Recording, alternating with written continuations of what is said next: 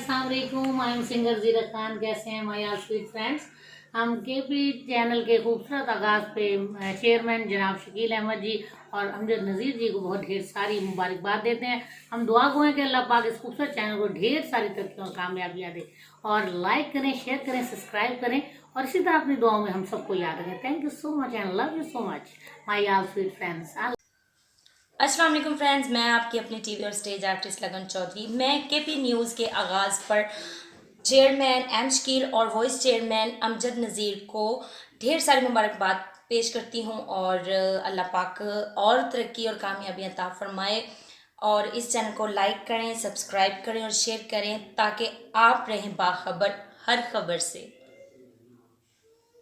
अस्सलाम वालेकुम, मैं हूं आपकी अपनी Khushboo Chaudhary, stage actors. KP news के आगाज़ पर चेयरमैन मोहम्मद शकील और वाइस चेयरमैन अमजद नज़ीर को मेरी तरफ से बहुत बहुत मुबारक हो। और इस चैनल को सब्सक्राइब करें और शेयर करें।